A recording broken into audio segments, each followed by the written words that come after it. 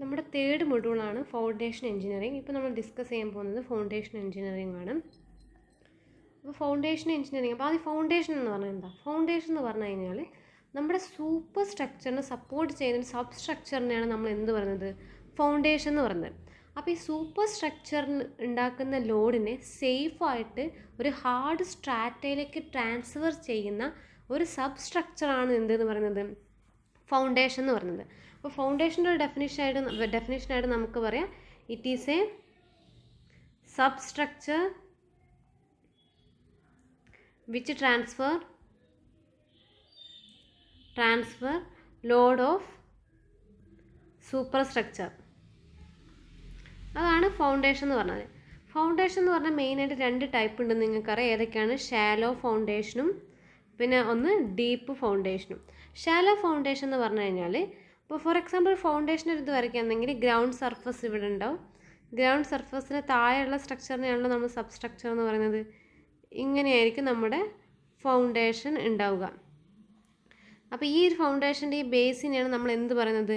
Foundation level എന്ന് പറയുന്നത്. ഇതാണ് നമ്മുടെ ഫൗണ്ടേഷൻ ലെവൽ ആയിട്ട് വരുന്നത്. Foundation level. ഈ ഫൗണ്ടേഷൻ ലെവലിൻ്റെ വിഡ്ത്തിനെയാണ് നമ്മൾ ബി എന്ന് പറയുന്നത്. അപ്പോൾ ഗ്രൗണ്ട് സർഫസിൽ നിന്ന് ഈ ഫൗണ്ടേഷൻ ലെവൽ വരെയുള്ള ഈ ഒരു ഹൈറ്റിനെയാണ് നമ്മൾ എന്ത് പറയുന്നത്? ഡെപ്ത് ഓഫ് ഫൗണ്ടേഷൻ എന്ന് പറയുന്നത്. അപ്പോൾ അതിനാണ് നമ്മൾ ഡി എന്ന് പറഞ്ഞ് റെപ്രസെൻറ്റ് ചെയ്യുന്നത്. If D is less than width, അതിനെയാണ് നമ്മൾ ഷാലോ ഫൗണ്ടേഷൻ എന്ന് പറയുന്നത്. അപ്പോൾ if depth is very very greater than width, അതിനെയാണ് നമ്മൾ ഡീപ്പ് ഫൗണ്ടേഷൻ എന്ന് പറയുന്നത്. അപ്പോൾ ഡീപ്പ് ഫൗണ്ടേഷൻ എക്സാമ്പിൾ നമുക്കറിയാം, വെൽ ഫൗണ്ടേഷൻ, അതുപോലെ തന്നെ പിയർ ഫൗണ്ടേഷൻ, അതൊക്കെ ഡീപ്പ് ഫൗണ്ടേഷൻ്റെ എക്സാമ്പിളാണ്. അതുപോലെ തന്നെ ഷാലോ ഫൗണ്ടേഷൻ എന്ന് പറഞ്ഞാൽ നമ്മൾ സാധാരണ നമ്മൾ പറയുന്ന ഐസൊലേറ്റഡ് ഫൂട്ടിങ്, പിന്നെ combined footing, strip footing, strap footing, അതൊക്കെ എന്താണ്? ഷാലോ ഫൗണ്ടേഷനാണ്. ഇനി നമുക്ക് ഒരു ഫൗണ്ടേഷൻ എങ്ങനെയാണ് ഫെയിലിയർ ആവുന്നത് നോക്കാം. ഒരു ഫൗണ്ടേഷൻ എങ്ങനെയായിരിക്കും ഫെയിലിയർ ഉണ്ടാവുക? ആ ഒരു ഫൗണ്ടേഷൻ എന്ന് പറഞ്ഞു കഴിഞ്ഞാൽ പെട്ടെന്ന് നമ്മൾ സെറ്റിൽമെൻ്റ് ആയി പോവുക. നമ്മളൊരു അലൗഡ് ആയിട്ടൊരു സെറ്റിൽമെൻറ്റ് നമ്മൾ അലൗഡ് ചെയ്യുന്നത്. കാരണം നമ്മൾ ഫൗണ്ടേഷനൊക്കെ ഇതായി കഴിഞ്ഞിട്ട് കുറച്ച് ലോഡ് വന്നാൽ എന്ത് തന്നെയാണ് എന്താ സോയിലൊന്നും സെറ്റാവും. അതിന് നമ്മളൊരു അലൗഡ് സെറ്റിൽമെൻറ്റ് പറയുന്നുണ്ട്. പക്ഷേ ആ ഒരു അലൗൺമെൻറ്റ് സെറ്റിൽമെൻറ്റുകളുടെ മോറാണ് നമ്മൾ സെറ്റിൽമെൻറ്റ് എങ്കിൽ അവിടെ ഫെയിലിയർ ഉണ്ടാവും. അപ്പോൾ ഫസ്റ്റത്തെ കണ്ടീഷൻ എന്ന് പറഞ്ഞാൽ when settlement is more than allowable settlement, അതാണ് ഒരു കണ്ടീഷൻ.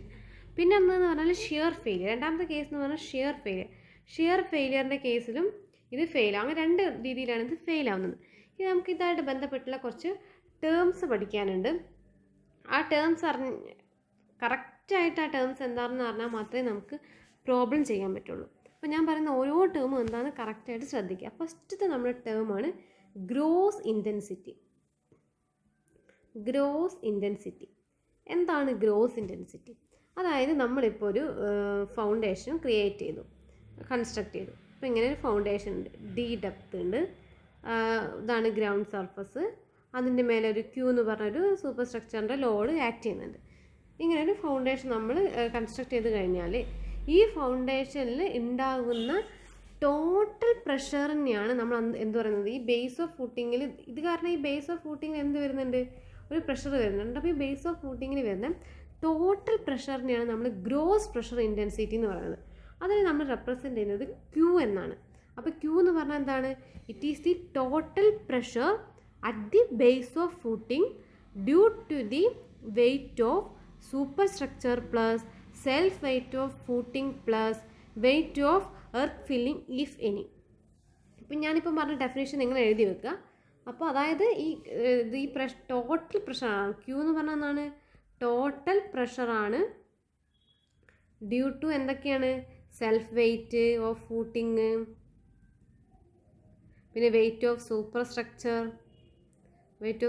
സ്ട്രക്ചർ, അതുപോലെ തന്നെ വെയ്റ്റ് ഓഫ് എർത്ത് ഫില്ലിംഗ്. ഇങ്ങനെ കംപ്ലീറ്റ് അവിടെ എന്തൊക്കെ ലോഡ് വരുന്നുണ്ടോ ആ ലോഡെല്ലാം കാരണം ഉണ്ടാകുന്ന ഒരു പ്രഷറിനെയാണ് നമ്മൾ ഗ്രോസ് ഇൻറ്റൻസിറ്റി എന്ന് പറയുന്നത്. ഇനി അടുത്ത ടേമാണ് നെറ്റ് പ്രഷർ ഇൻറ്റൻസിറ്റി. നെറ്റ്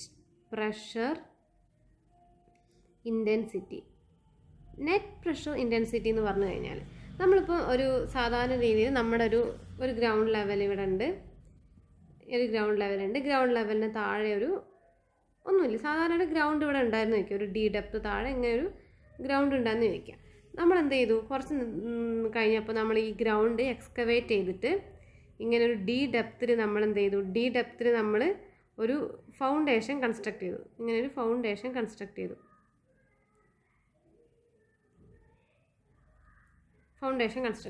അപ്പോൾ ഇനീഷ്യലി ഈ ഒരു ഭാഗത്ത് ഉണ്ടാകുന്ന പ്രഷർ എന്ന് പറഞ്ഞാൽ എന്തായിരുന്നു?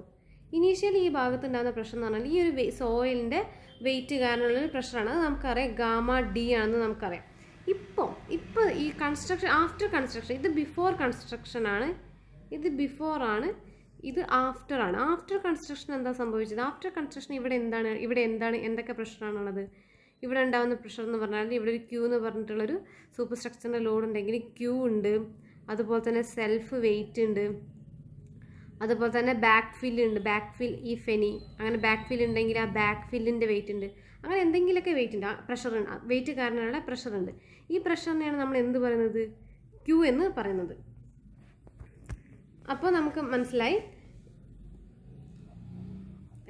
ആദ്യം അവിടെ ഉണ്ടായിരുന്നത് ഗാമ ഡി എഫ് ആയിരുന്നു, ഇപ്പോൾ അവിടെ ഉണ്ടായിരുന്നത് ക്യൂ ആണ്. ആ ഗാമ ഡി എഫ് എന്ന് പറഞ്ഞ മണ്ണിനെ നമ്മൾ അവിടെ നിന്ന് എടുത്ത് ഒഴിവാക്കിയിട്ട് ഇപ്പോൾ അവിടെ എന്തുണ്ട്? ഒരു ക്യൂ എന്ന് പറഞ്ഞിട്ടുള്ള ഒരു പ്രഷർ ഉണ്ട്. അങ്ങനെയാണെങ്കിൽ ആദ്യത്തെ അപേക്ഷിച്ചിട്ട് ഇപ്പോൾ അവിടെ എത്ര പ്രഷർ അധികമുണ്ട്? അതായത് ഇനീഷ്യലി അവിടെ ഗാമ ഡി എഫ് ആണ് ഉണ്ടായിരുന്നത്, കൺസ്ട്രക്ഷന് ശേഷം അവിടെ ക്യൂ എന്ന പ്രഷർ ഉണ്ടായി. അപ്പോൾ ഇപ്പം കൺസ്ട്രക്ഷന് ശേഷം അവിടെ എത്ര എക്സസ് പ്രഷർ ഉണ്ടായെന്ന് എങ്ങനെയാണ് മനസ്സിലാവുക? അതിന് എത്ര എക്സസ് പ്രഷർ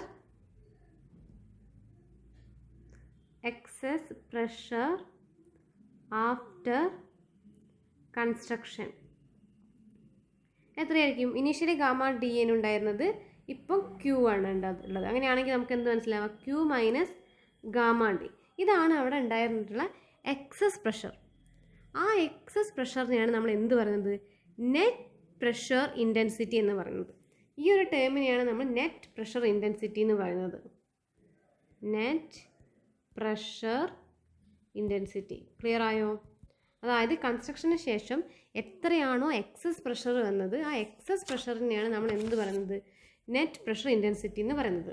ആ നെറ്റ് പ്രഷർ ഇൻറ്റൻസിറ്റി എന്ന് പറഞ്ഞാൽ അപ്ലിക്കേഷൻ എന്തായിരിക്കും? Q minus gamma D. Q എന്ന് പറഞ്ഞാൽ gross pressure intensity, gross pressure intensity minus original overburden pressure അല്ല. ഈ ഗാമ ഡി എന്ന് പറഞ്ഞാൽ എന്താ? ഒറിജിനൽ അവിടെ ഉണ്ടായിരുന്ന ഓവർ ബേർഡൻ പ്രഷർ, അതാണ് നെറ്റ് പ്രഷർ ഇൻറ്റൻസിറ്റി. ആ രണ്ട് ടേമും ക്ലിയർ ആയെന്ന് വിചാരിക്കുന്നു. അങ്ങനെയാണെങ്കിൽ നമുക്കൊരു ടൈപ്പ് ഓഫ് ഫൗണ്ടേഷനെ പറ്റി പറയാം. അതായത് ആ ഫൗണ്ടേഷൻ്റെ പേരാണ് ഫ്ലോട്ടിംഗ് ഫൗണ്ടേഷൻ. ആ ഫ്ലോട്ടിംഗ് ഫൗണ്ടേഷൻ എന്ന് പറയാൻ കാരണം, ആ ഒരു ഫൗണ്ടേഷനിൽ net pressure intensity Q N, net pressure intensity നമ്മൾ റെപ്രസെൻ്റ് ചെയ്യുക ക്യൂ എൻ എന്നാണ്. ആ ക്യൂ എൻ ഈക്വൽ ടു 0 ആണ്. അതായത് അവിടെ ബിഫോർ കൺസ്ട്രക്ഷൻ ഗാമ ഡി ഉണ്ടായിരുന്നു, ആഫ്റ്റർ കൺസ്ട്രക്ഷൻ ഫൂട്ടിങ്ങിൻ്റെ വെയിറ്റും പിന്നെ സൂപ്പർ സ്ട്രക്ചറിൻ്റെ വെയിറ്റും ബാക്ക് ഫിൽ ഉണ്ടെങ്കിൽ അതിൻ്റെ വെയിറ്റും എല്ലാം കൂടിയിട്ട് അവിടെ എന്തുണ്ടായി?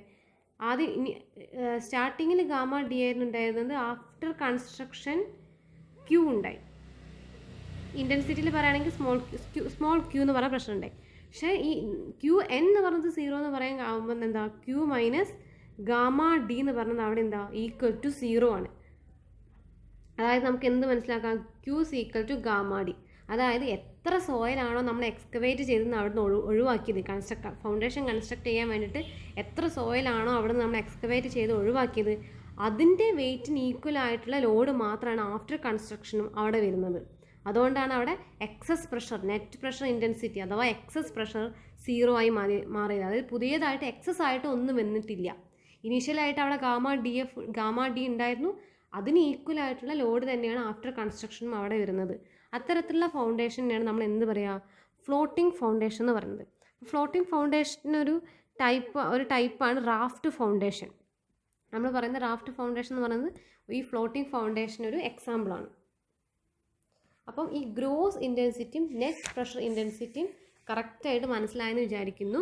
ഗ്രോസ് പ്രഷർ ഇൻറ്റൻസിറ്റിന് ക്യൂ എന്നാണ് റെപ്രസെൻ്റ് ചെയ്യുക, നെറ്റ് പ്രഷർ ഇൻറ്റൻസിറ്റിന് ക്യൂ എൻ ആണ് റെപ്രസെൻ്റ് ചെയ്യുക. ഗ്രോസ് പ്രഷർ ഇൻറ്റൻസിറ്റി എന്ന് പറഞ്ഞാൽ ഫൗണ്ടേഷൻ കൺസ്ട്രക്ട് ചെയ്ത് കഴിഞ്ഞാൽ അതിൻ്റെ ബേസിൽ വരുന്ന പ്രഷർ എത്രയാണോ, ടോട്ടൽ പ്രഷർ എത്രയാണോ അതിനെയാണ് നമ്മൾ എന്ത് പറയുന്നത്? ഗ്രോസ് പ്രഷർ ഇൻറ്റൻസിറ്റി എന്ന് പറയുന്നത്. നെറ്റ് പ്രഷർ ഇൻറ്റൻസിറ്റി എന്ന് പറഞ്ഞു കഴിഞ്ഞാൽ ഒരു ഫൗണ്ടേഷൻ കൺസ്ട്രക്ട് ചെയ്തതിന് ശേഷം അവിടെ ഒരു പ്രഷർ വരുമല്ലോ, അത് ആദ്യം അവിടെ ഒറിജിനലി ഉണ്ടായിരുന്ന മണ്ണിൻ്റെ പ്രഷറിനേക്കാളും എത്ര കൂടുതലാണ് എന്നാണ് നെറ്റ് പ്രഷർ ഇൻറ്റൻസിറ്റി പറയുന്നത്.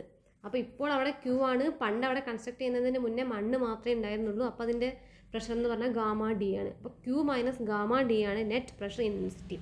ഈ ടേം കറക്റ്റായിട്ട് മനസ്സിലാക്കിയാലേ നമുക്ക് ബാക്കിയുള്ള ടേംസ് പറയുമ്പോൾ മനസ്സിലാവുള്ളൂ.